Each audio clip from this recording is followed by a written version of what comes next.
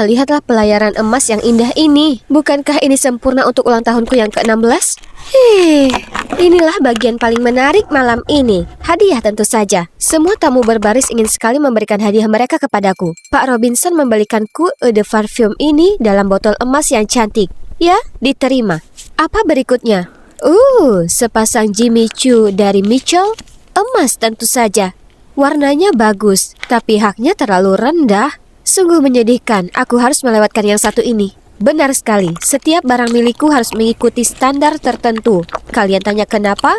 Ya, ibuku melihatku sebagai bidadari cantiknya yang pantas mendapatkan kemewahan emas yang indah sejak aku dilahirkan dengan rambut pirang halus dan mata kuning berkilau. Sedemikian rupa sehingga dia segera mengubah interior kamar bayiku menjadi emas, beserta semua pakaian bayi dan mainanku agar sesuai dengan ciri-ciriku.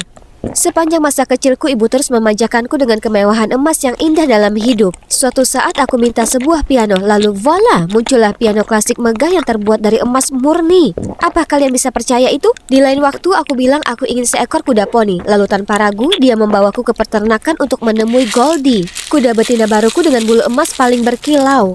Bu, terima kasih banyak.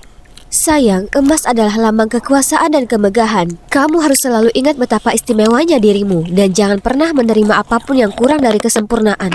Dan itulah kata-kata yang selama ini aku jalani. Kembali ke pesta ulang tahunku, saatnya untuk kue ulang tahun. Tapi bunganya berwarna pink. Aku ingin semuanya emas. Save friends, tolong kikis semuanya dan ganti dengan yang emas. Aku tidak percaya ulang tahunku hampir hancur karena itu. Ibu menepuk pundakku untuk menghiburku, sementara ayah hanya memberikan tatapan tidak setuju. Itu cuma kue, Lola. Bagaimana kamu bisa menyesuaikan diri jika kamu bersikeras untuk menjadi pemilih? Mungkin kamu harus bergabung dengan sekolah negeri untuk sedikit membuka matamu. Sekolah?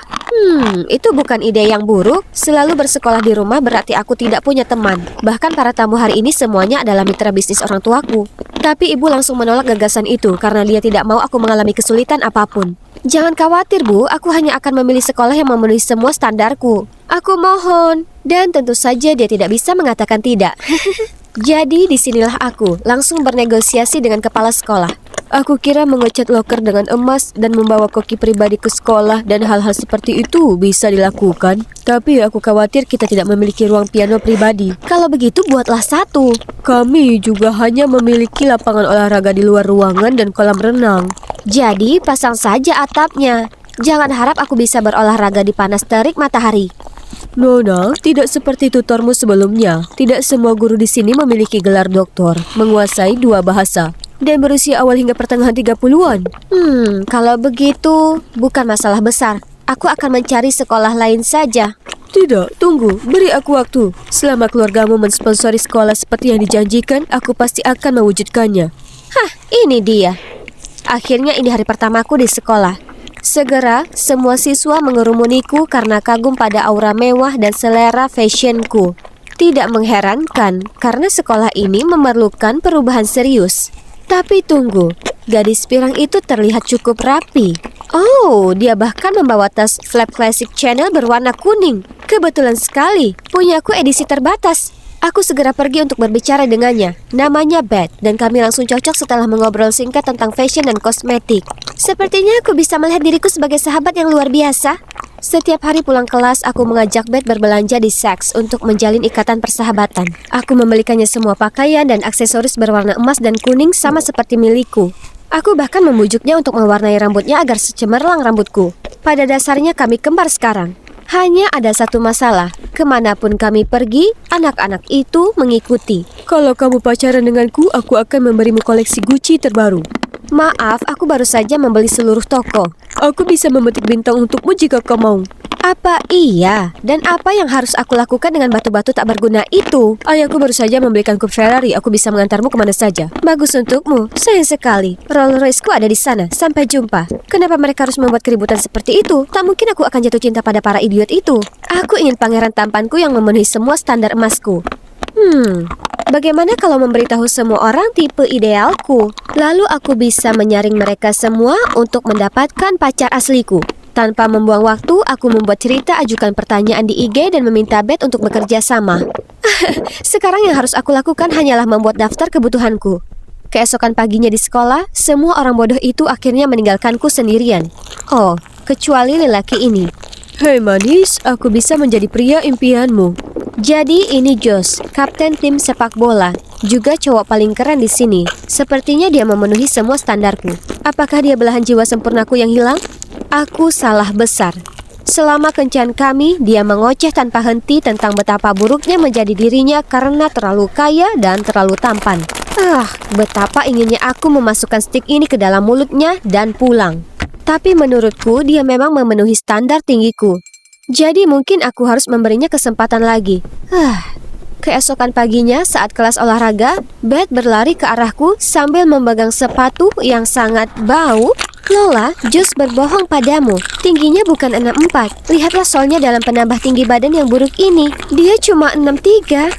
Aduh, menjijikkan. Sayang, maafkan aku melakukannya hanya karena... Cukup, singkirkan sepatu bau ini dariku. Kita putus. Maka pencarianku untuk menemukan cinta sejati menemui jalan buntu. Lagi. Namun yang mengejutkan, keberuntungan kembali tersenyum padaku. Kemudian pada hari itu aku datang ke ruang latihan seperti biasa ketika musik favoritku sampai ke telingaku. Ya ampun, sungguh pemandangan surgawi. Tiba-tiba aku merasakan jantungku berdetak kencang saat tanpa sadar aku berjalan menuju cowok itu. Sepertinya seseorang memiliki selera musik yang sangat bagus dan keahlianmu juga tidak terlalu buruk. Ya, selama kau membuka hati untuk merasakan jiwanya, bukan cuma mempelajari nada-nadanya. Kemudian dia berdiri dan berjalan pergi, tidak repot-repot melihat ke arahku sekalipun. Itu agak sombong, bukan? Namun anehnya, aku berdiri di sana dengan bingung. Tapi tunggu, siapakah aku hingga bengong semudah itu? Mari kita lihat apakah dia memenuhi standarku terlebih dahulu. Beth membantuku mencari tahu lebih banyak tentang dia. Ternyata dia adalah Connor, murid pindahan baru yang mencoba masuk tim bola basket. Jadi, aku langsung menemui Ken, sang kapten, dan berbisik di telinganya. Memintanya untuk memberikan alasan agar Connor menjalani pemeriksaan fisik di kantor dokter pribadiku. Tentunya. Hasilnya akhirnya masuk. Pirang alami, tidak botak, centang. 6 kaki 5 inci pasti tanpa sol penambah tinggi badan, centang. Gigi putih tidak berlubang, centang. Wow, dia memenuhi semua kriteria. Lalu aku bergegas ke kantor kepala sekolah, meminta laporan sekolah Connor, dan itu sangat mengesankan. Ia selalu menduduki peringkat 2 besar di sekolah, aktif mengikuti kegiatan ekstrakurikuler, bahkan pernah meraih juara di kompetisi basket nasional. Ya Tuhan, dia sempurna. Tapi tunggu, ada satu syarat lagi. Sedikit lebih tinggi. Lebih tinggi. Lebih tinggi. Iya, itu dia. Tapi gadis-gadis ini terlalu terobsesi dengan otot perutnya. Itu milikku, oke? Benar. Tidak ada keraguan bahwa Connor adalah pasangan sempurnaku. Setelah itu dengan malu-malu aku menyerahkan kepadanya sebotol air mineral berlabel emas dan bertanya apakah dia mau berlatih bermain piano denganku. Jantungku berdebar kencang, tapi dia hanya bergumam. Maaf, tapi aku sudah ada kencan. Lalu melewatiku menuju Lily. Apa? Gadis kutu buku yang tidak memiliki keterampilan sosial? Tidak mungkin aku bisa kalah darinya. Aku segera menyuruh kepala sekolah untuk mengalihkan semua kelasku ke kelas Connor agar aku bisa dengan mudah mendekatinya. Penasihatku yang luar biasa Beth juga membantu aku merancang strategi langkah demi langkah yang sangat mendetail. Connor akan segera melupakan Lily yang membosankan dan jatuh cinta padaku. Langkah pertama, daya tarik aroma. Beth memberitahuku bahwa Connor menyukai parfum tanpa merek ini. Jadi aku menyemprotkannya banyak-banyak dan dengan percaya diri masuk ke kelas. Tapi kenapa orang-orang terus bersin? Bahkan Connor juga mengerutkan kening dan menutup hidungnya. Hei Lola, kamu tidak mandi pagi ini kan? Menyemprotkan sebotol parfum murahan tidak akan membantu. Lalu seluruh kelas tertawa. Sungguh memalukan. Oke, rencana B. Beth menyarankan pengakuan besar. Ide bagus. Jadi ketika sekolah berakhir, aku dan para pemandu sorak membentuk formasi tepat di tengah pintu masuk untuk mengajak Connor berkencan. Tapi sebelum dia sempat bereaksi, seorang gadis tiba-tiba kehilangan keseimbangan dan menyeret semua orang jatuh ke atasku. Aduh, kali ini pasti akan membuatnya menangis. Tapi saat aku bersorak untuknya, Connor entah bagaimana gagal melepaskan tembakannya dan bola itu terbang lurus ke arahku, menyebabkan aku terjatuh terlebih dahulu ke ketiak pria bau ini. Kenapa semuanya terus berjalan salah? Tiba-tiba aku bertemu Josh. Dia meraih tanganku dan mulai memohon padaku untuk baikan. Dia mengatakan dia telah mencoba segala macam cara untuk tumbuh lebih tinggi dan sekarang berhasil mencapai 6 kaki 4 inci. Jadi aku harus berhenti mengejar Connor dan menjadi tuan putrinya. Astaga, aku benar-benar tidak berniat pada orang yang putus asa ini. Lepaskan aku. Aku kemudian bertemu Beth saat pergi. Dia memberitahuku bahwa dia baru saja menemukan cara lain untuk menjadikan Connor milikku. Sepertinya dia sangat menyukai Lily. Kita harus memisahkan mereka. Jadi aku memanggil Lily ke sudut dan mengatakan kepadanya selama dia menjauh dari Connor, aku akan membelikannya apapun yang dia inginkan. Kamu tahu tidak semuanya bisa dibeli. Connor tidak tertarik padamu. Jadi sebaiknya kamu menyerah. Kamu hanya mengganggunya. Apa? Aku tidak menyangka Lily yang pendiam dan kutu buku akan mengatakan hal itu kepada seseorang yang berkilau sepertiku. Kata-kata Lily menggangguku sepanjang hari. Apakah aku salah jika terus mengejar Connor? Tiba-tiba, seseorang berlari melewati jendela dan menyediakan seember cat ke Lily. Aku duduk di sana dengan bingung melihat apa yang baru saja terjadi ketika Connor segera melepas jaketnya dan menutupi Lily. Kamu yang ada di balik semua ini kan? Kamu benar-benar telah melewati batas. Menjauhlah dari kami. Tunggu, dia mengira aku yang melakukan itu? Memang benar aku tidak menyukai Lily, tapi aku hanya ingin dia menjauh darinya. Aku tidak pernah ingin dia ditutupi cat ungu yang mengerikan. Namun hal terburuk belum terjadi. Keesokan harinya, Connor tiba di sekolah dengan rambut hitam pekat. Rambut yang indah? Kenapa kamu merusaknya? Tapi Connor hanya mengoceh padaku dan mencoba menarik Lily menjauh. Kau tahu ada lebih banyak hal pada Connor selain warna rambutnya. Apa kamu menyukainya karena pribadinya atau hanya karena dia memenuhi semua standar absurd milikmu? Jika kamu benar-benar menyukainya, kenapa tidak mengubah standarmu untuknya? Aku terdiam. Lily benar.